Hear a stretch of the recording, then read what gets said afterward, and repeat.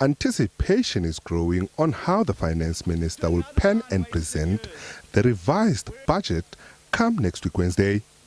This will be the third chance for the minister to charm and redeem himself in the eyes of many.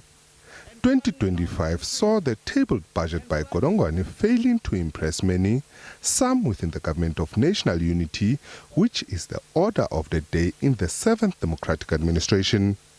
Now 7 days left before the day, the ANC has already begun deliberating on the issue with confidence that this time it will pass. Budget, as we would have said in the beginning, what we supported as the ANC was a budget that is pro-growth and that address unemployment and that is also pro-poor. Pro-poor in the sense that it seeks to intervene and address what is in the ANC manifesto. Previously, the budget caused a stir within the GNU, even the second largest party in this form of government, the Democratic Alliance, rejecting it. As time draws closer, the party says it still stands with its previous stance that VAT should not be increased. It hopes this is not a paper-pushing exercise. The DA's expectation is that this budget will not include any VAT increases. South Africans have made it clear that they do not support any form of a VAT hike. We're also hoping to see the Finance Minister starting to go after efficiency and savings. In other words, where the budget will protect frontline services, but slash spending on parts of the budget that help fat cats, but not everyday South Africans.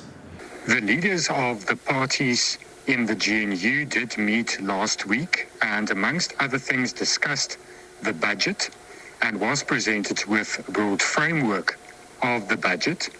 We can confirm as the Freedom Front Plus that progress has been made and that we are confident that we are closer to passing a budget and that we can bring about stability in that regard. Even though they haven't been consulted thus far after the role they played, Action SA says it's keen to see how the revised budget will entail this time around. Action SA is really interested to see what Budget 3.0 will look like.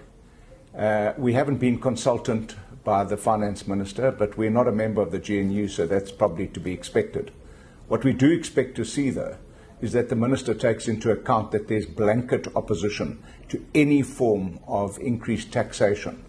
We also need to see the government cutting its coat according to its cloth, which means that they must be prudent in their affairs. Meanwhile, Busa say they will only support the budget on condition that it's considerate of South Africans.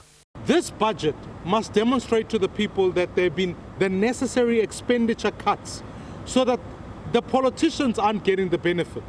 We've got to see cuts in certain expenditure. We've got to see the eradication of wasteful expenditure.